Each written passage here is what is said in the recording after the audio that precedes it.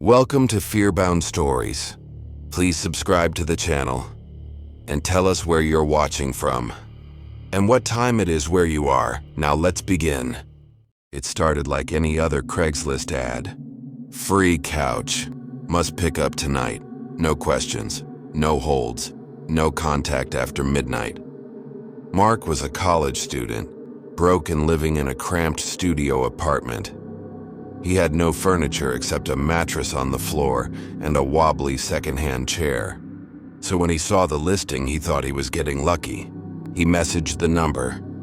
"Hey, is the couch still available?" The reply came instantly. "Yes, address attached. Must be gone before 12. When Mark arrived, the house looked abandoned. The porch light flickered. The couch sat at the edge of the driveway, wrapped in a thin plastic sheet. No one came out to greet him. "Hello?" Mark called out. Silence. He loaded the couch into his borrowed truck, feeling slightly uneasy. It was heavier than it looked, cushions stiff like something was inside them. Before leaving, he checked under the seat for anything left behind, coins, trash, whatever. Instead, he found something carved into the wood frame beneath the cushions. "Don't fall asleep on it." Mark laughed nervously, figuring it was just some kind of prank. He set the couch up in his apartment, tossed his jacket on it, and went to bed. At 2:43 a.m., he woke to a sound. Soft, rhythmic, like breathing. He sat up, heart pounding. The sound was coming from the couch. He turned on the light. Nothing. Just his jacket sitting there. He stayed awake the rest of the night, telling himself it was his imagination. The next evening, Mark sat on the couch for the first time. It was surprisingly comfortable. He fell asleep watching TV. At 3:10 a.m., the temperature in the room dropped sharply. Mark woke shivering. The TV was off. The room was silent except for a faint whispering sound. He realized it was coming from right under him. Heart hammering, he reached between the cushions. His fingers touched something wet. He jerked his hand back.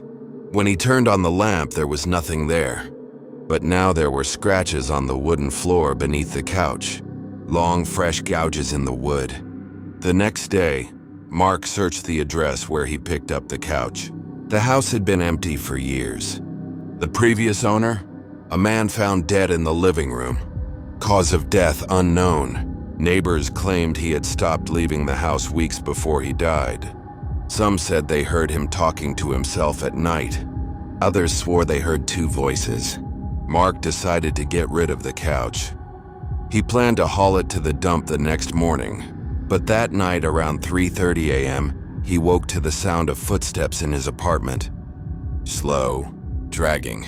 He grabbed a kitchen knife and crept toward the living room. The couch was soaked. Dark liquid pooled beneath it, seeping across the floor. The cushions began to bulge upward, like something was pushing from inside. Mark dropped the knife and ran. When police entered the apartment the next day, they found the couch sitting perfectly dry. Mark was gone. Carved deep into the wood frame under the cushions were fresh words. One more sleep. Maya was a struggling model. She'd been living in the city for almost a year, trying to build her portfolio. But professional photo shoots cost money she didn't have. So when she saw a Craigslist ad offering free professional modeling sessions, portfolio building only, no fees, it felt like the perfect break. The ad had sample photos attached. Stylish, well-lit portraits of women who looked like real professionals. The man running it called himself Daniel Gray. Maya emailed him late at night. He replied within minutes. His tone was professional, polite, a little cold. He explained that he was a retired photographer building a final art project. When Maya asked about payment, he replied, "No charge. My work speaks for itself. If you want your name in the credits, we can discuss that." It seemed legit, almost too legit. They exchanged numbers. He texted her an address for the photo shoot. It wasn't a studio. It was a house. The following Saturday, Maya took the subway across town. The address led her to a quiet neighborhood with rows of aging homes, the kind where the paint was peeling and the streetlights flickered. Daniel greeted her at the door. He was older than she expected. Polite, soft-spoken. His smile didn't quite reach his eyes. "Studio's in the basement," he said casually, leading her inside. The living room was dark except for a single lamp. There were no family photos. No sound except the faint hum of something downstairs. When he flicked on the basement lights, Maya felt a wave of unease. The space was surprisingly professional. Big lights, tripods, a backdrop, even a vanity with a mirror. But something felt off. The mirror was cracked. The walls had stains like something had been splashed against them and poorly scrubbed off. Daniel handed her a bottle of water. "Go ahead, fix your makeup. We'll start soon." His voice was calm. Too calm. For the first hour, everything was normal. Daniel gave instructions in a flat, measured tone. "Turn your head, chin down. Good, hold still." The camera clicked steadily. Maya started to relax. Maybe she was just being paranoid. Then Daniel said, "Perfect, you look just like the last one." Maya frowned. "The last model?" she asked. Daniel smiled faintly. Something like that. During a break, Maya wandered toward a side door at the back of the basement. It had a heavy padlock. She asked what was behind it. Daniel said, "Storage, just old props." But his tone was sharp now, almost defensive. When she turned away, she noticed the mirror near the vanity. It was cracked in the corner. The crack ran through what looked like dried fingerprints, too high up for her to have left them. When they resumed shooting, Daniel asked for stranger poses, hands near her face, eyes wide, mouth open slightly, like fear. "Is this for fashion?" Maya asked, nervous now. Daniel didn't answer. The camera clicked faster. She thought she heard something faint behind the locked door, a sound like shuffling, like someone moving. When Daniel stepped away to adjust the lights, Maya glanced at his camera screen. He had dozens of photos of her already, but mixed in were other faces, women she didn't recognize. Some looked frightened. One had tears running down her cheeks. Maya's chest tightened. "How many models have you photographed?" she asked carefully. Daniel smiled thinly. "Enough for a collection." When she said she was leaving, Daniel stepped between her and the stairs. "You haven't finished the session," he said softly. His hand rested on the camera. The locked door behind them rattled softly. Something was inside. Maya ran. She didn't look back. When police searched the house a week later, they found the basement empty. No camera. No lights. No furniture. The locked door was gone, ripped off its hinges. Inside the small room behind it were hundreds of photographs nailed to the walls, all of different women, all staring straight at the camera with wide, terrified eyes. At the center of the wall, a note scrawled in black marker read, "The collection is never finished." Kevin had just moved to the city for a new job. He didn't know anyone, and between his student loans and moving expenses, he was broke. So when he found a Craigslist listing for a room at less than half the average rent, it felt like a miracle. The ad was simple: room available, low rent, must be quiet, no smoking, no parties, serious renters only. There were 2 photos, one of a small but tidy bedroom with a single bed, a dresser, and 1 narrow window. The second was of the exterior of the house, an old 2-story place with a small front yard and ivy growing along the walls. Kevin called the number. A man with a calm, flat voice answered and introduced himself as Mr. Harris. They set up a meeting for that afternoon. The house looked even older in person. The paint was peeling, and the porch creaked under Kevin's weight. But inside, It smelled faintly of polish, like someone had cleaned before he came. Mr. Harris was in his late 50s, maybe early 60s. He was polite but spoke softly, almost like someone reading from a script. He showed Kevin the kitchen, the bathroom, the small living room with an ancient TV. Then they went upstairs to the room for rent.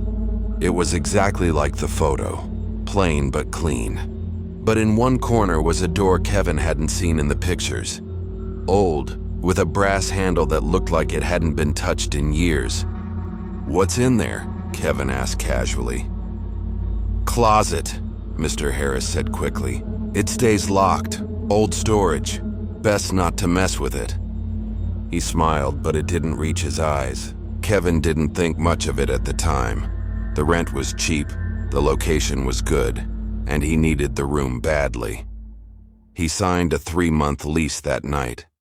The first few days were fine. Mr. Harris mostly kept to himself. The house was always quiet, except for the occasional groan of old pipes. But on the 4th night, Kevin woke to a faint noise. Tap, tap, tap. It was coming from the closet door. He sat up in bed listening. The tapping stopped. After a minute, he lay back down, telling himself it was just the house settling. The next night, it happened again. Tap, tap. This time it was slower, dragging, like fingernails on wood. Kevin got up and pressed his ear to the closet door. He swore he heard breathing on the other side. He yanked his head back, heart pounding. The next morning, he asked Mr. Harris if there were rats or something in the walls. "Old pipes," Mr. Harris said calmly. "The house makes noises at night." Kevin tried to shrug it off. But 2 nights later, he woke to the sound of the closet door handle turning softly back and forth. Slow, deliberate, like someone testing it. He didn't sleep the rest of the night. The following day, he bought a small chair and wedged it under the closet handle before going to bed. At 3:07 a.m., he woke to the sound of wood scraping across the floor. The chair was moving. Kevin froze as the closet door rattled, the handle jerking violently now, like someone was yanking it from the inside. Then the room went silent. The next morning, he told Mr. Harris he wanted out of the lease. The landlord's polite tone didn't change, but his words did. "You signed for 3 months," he said softly. "No refunds, no exceptions." That night, Kevin stayed up with his phone camera aimed at the closet door. At 2:55 a.m., the handle began to turn, slowly. Then something knocked from the inside. 3 sharp knocks. Kevin's phone slipped from his hand. The next morning, he called the police. 2 officers came by, checked the closet, found nothing. One officer knocked on the wall inside the closet and frowned. "Sounds hollow," he said. He pushed some boxes aside and found a small hole in the back wall, just big enough for a person to crawl through. Behind it was a narrow passage running through the space between the walls. The police followed it with flashlights. They found a filthy mattress, food wrappers, empty water bottles, and a camera. On the camera's memory card were hundreds of photos of Kevin, sleeping, brushing his teeth, sitting at his desk. The last photo was taken 2 nights earlier. Kevin was asleep in bed, and in the corner of the photo, just visible in the shadows, was a pale hand reaching out from the closet door. Ethan always loved old things. Vinyl records, Polaroid cameras, forgotten thrift store finds. If it had history and dust on it, he wanted it. It wasn't just the nostalgia, it was the mystery of it all. That's why the Craigslist ad caught his eye. Vintage horror VHS collection, 10. No description beyond that.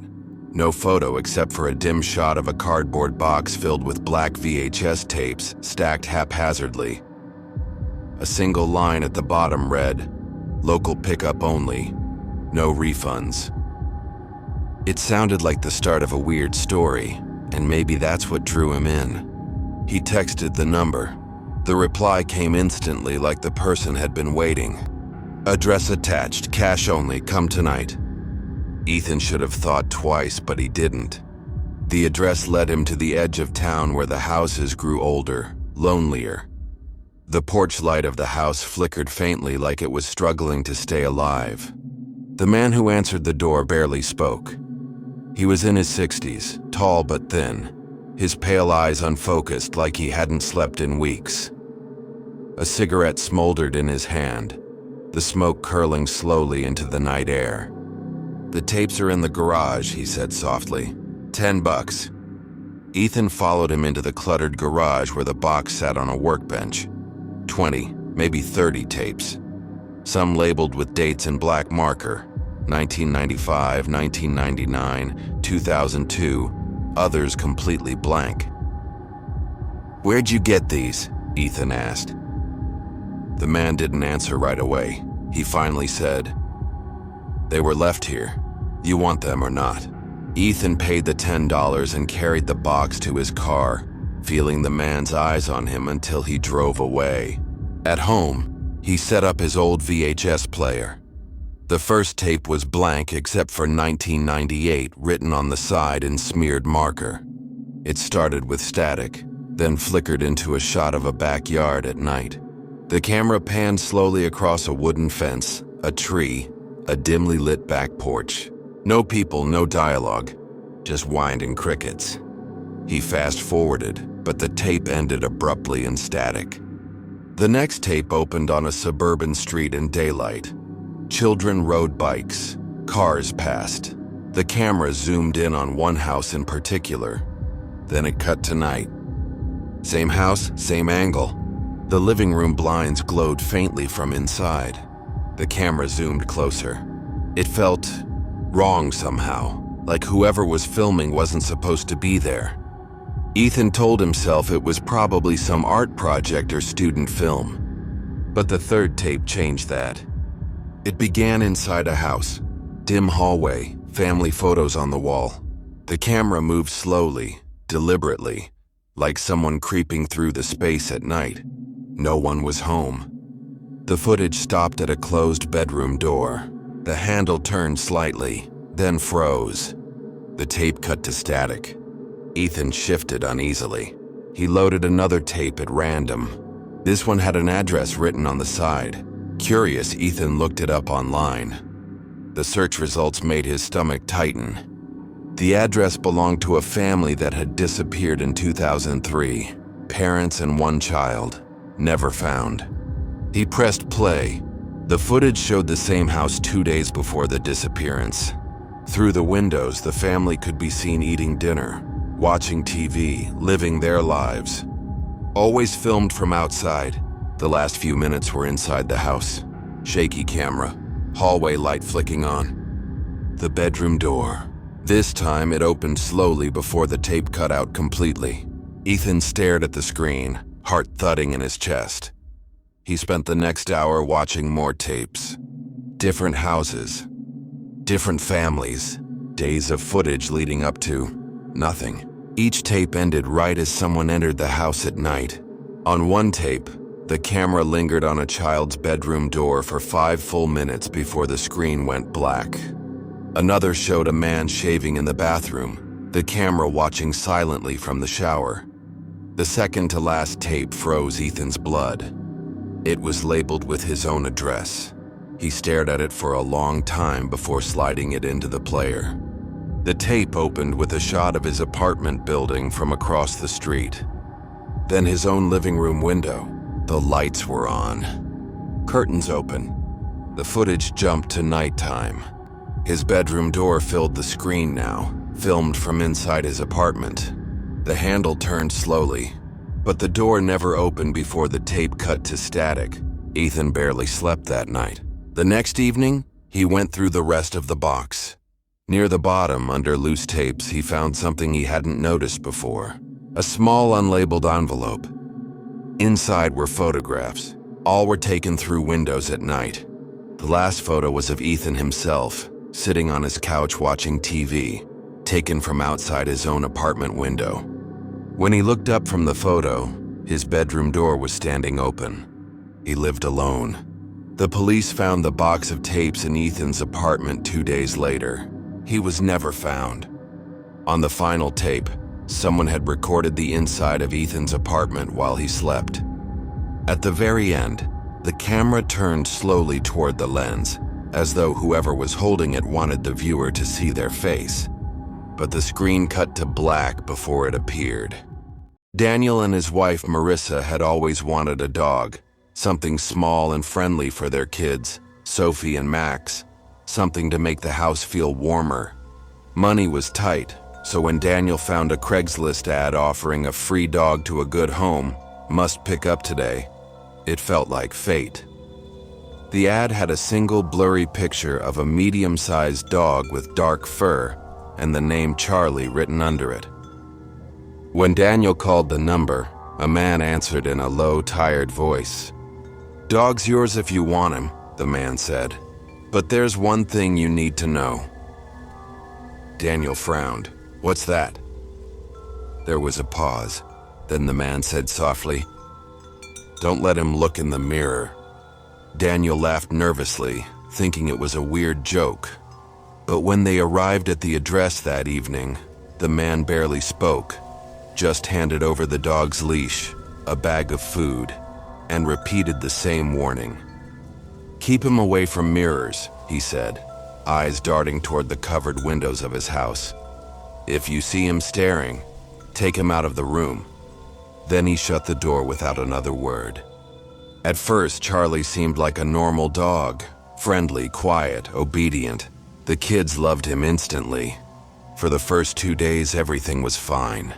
Then, on the third night, Daniel found Charlie in the hallway standing perfectly still, staring into the full-length mirror near the closet. Not barking, not moving, just staring. Daniel clapped his hands. "Hey Charlie, come on, boy." The dog didn't react. When Daniel touched him, Charlie spun around sharply and growled. It was the first time he'd ever made a sound like that. The next morning, Marissa found him sitting in front of the same mirror again. This time, when she called his name, Charlie walked away slowly, almost reluctantly, as if being pulled back by something unseen. She told Daniel about it over breakfast. "It's just a dog thing," he said, but his voice wasn't confident. That night, Daniel covered the mirror with an old bedsheet. At 2:30 a.m., he woke to the sound of claws scraping against glass. Heart pounding, he crept into the hallway. The sheet was on the floor. Charlie was sitting in front of the uncovered mirror, staring at his own reflection. Except his reflection wasn't moving the same way he was. Daniel froze. The real Charlie tilted his head left. The reflection tilted its head right. Then its mouth slowly opened, far wider than a dog's mouth should open. Daniel grabbed Charlie and yanked him away, slamming the mirror with a blanket until it was covered again. Charlie whimpered softly in the corner like he'd been hurt. The next day, Daniel took the mirror down completely and shoved it into the garage. But that night at 3 a.m., he woke to the sound of barking.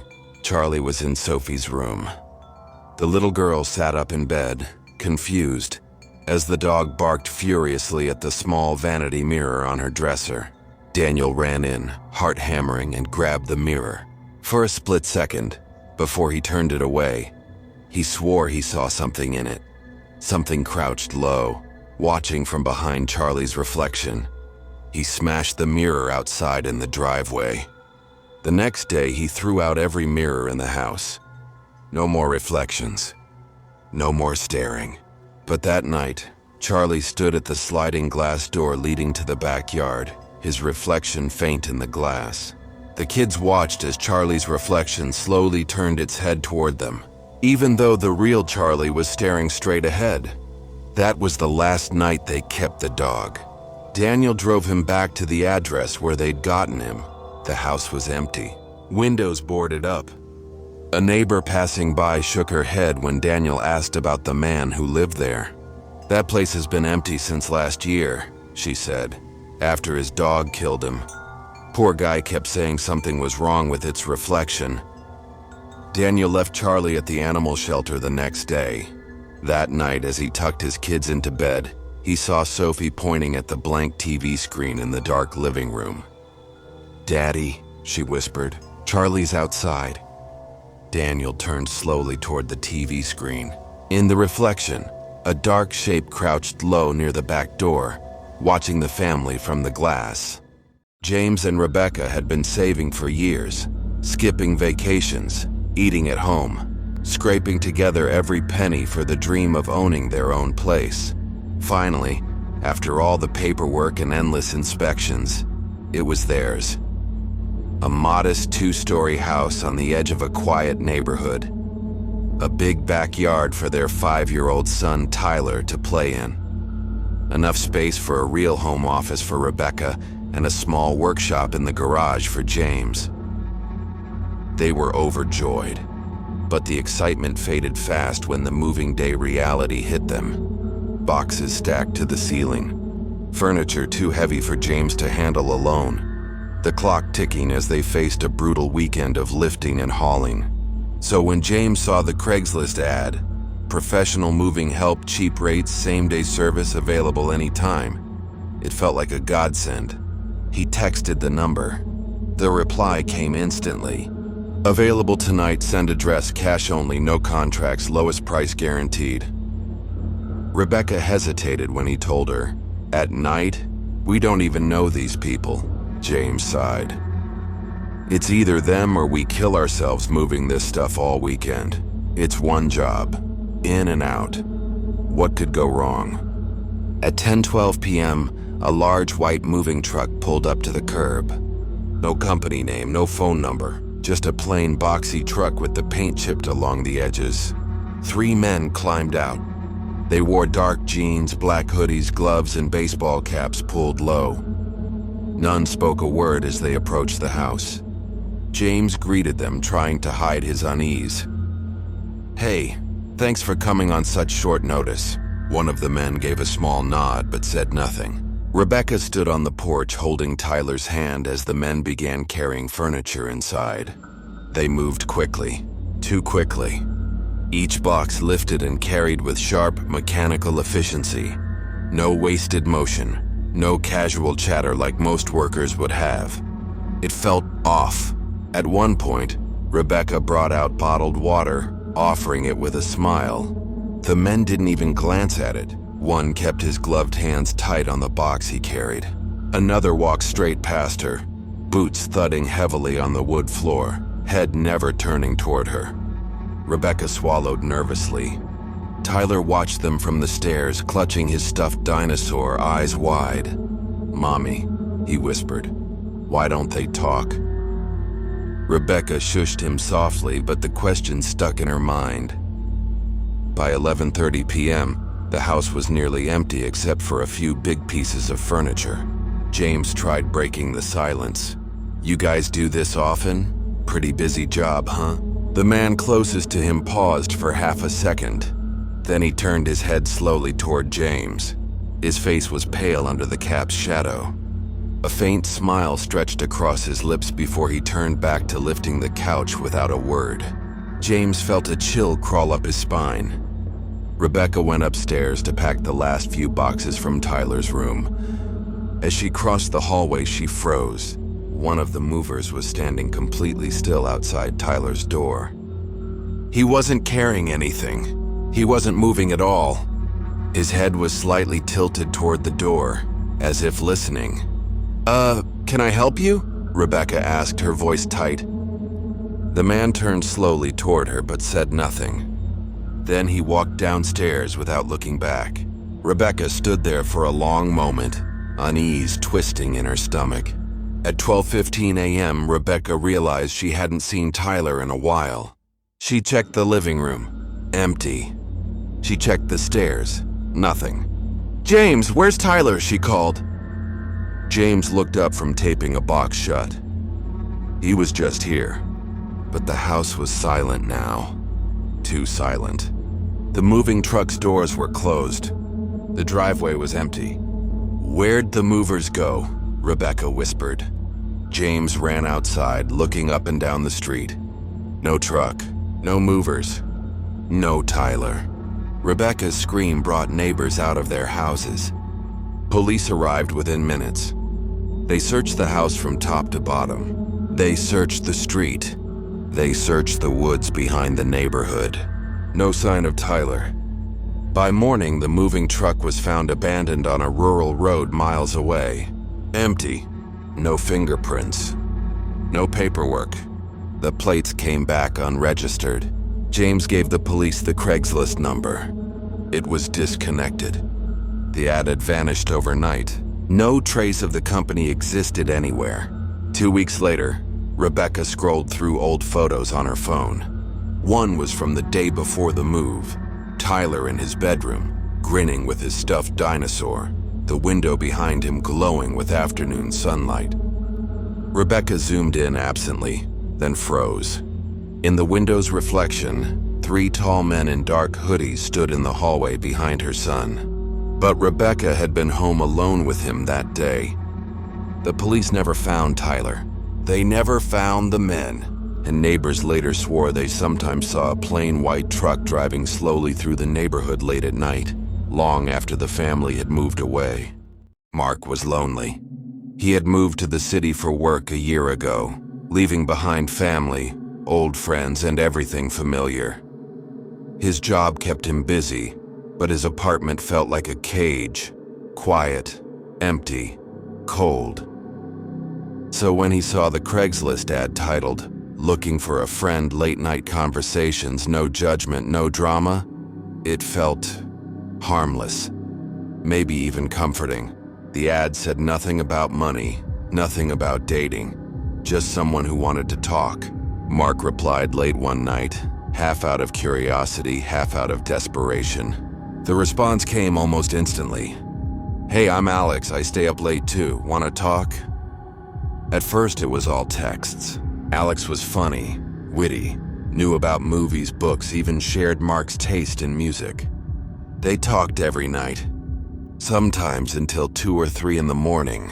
Mark joked that Alex was like the friend he'd never met. "Maybe one day," Alex texted back once, followed by a smiley face. Weeks passed. Mark noticed Alex always replied immediately, no matter the time. He never talked about himself much, always asked about Mark instead, his job, his apartment, his routines. At first, Mark thought it was just curiosity. Then one night Alex texted, "So you always leave your kitchen light on?" Mark froze. He had never mentioned that. "How do you know that?" he typed back. Alex replied, "You told me once." But Mark knew he hadn't. The next night Alex asked, "Did you sleep well? You tossed a lot." Mark stared at the message. He lived alone. He told himself it was just a weird joke. A few nights later, Mark got home late from work. On his kitchen counter was a single Polaroid photo. It showed Mark sleeping in his bed, taken from inside the room. His phone buzzed. "You looked so peaceful," Alex texted. Mark demanded to know how Alex had gotten inside. No reply. He called the police. They searched the apartment. No signs of forced entry. They told him to change his locks, so he did. That night, Mark got another text. "Better locks this time." Attached was another photo of him sleeping. He started staying at hotels, different ones every night.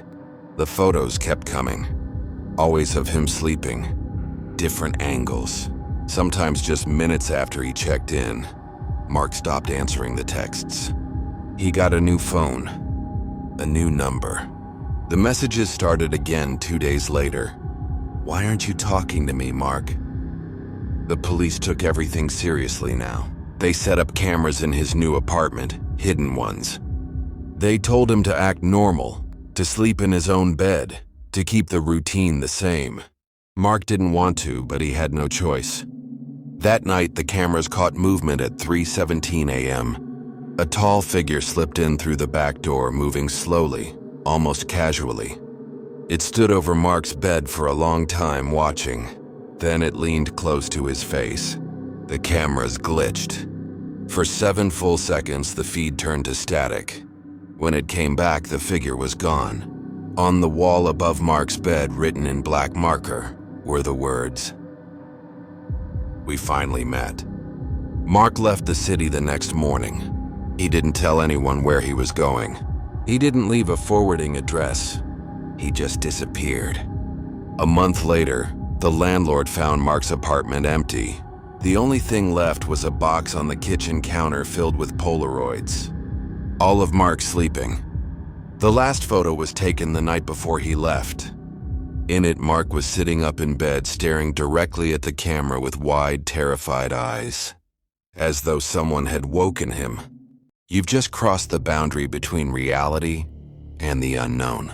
If you felt the fear tonight, make sure to subscribe before you leave, because on this channel, every story is just the beginning.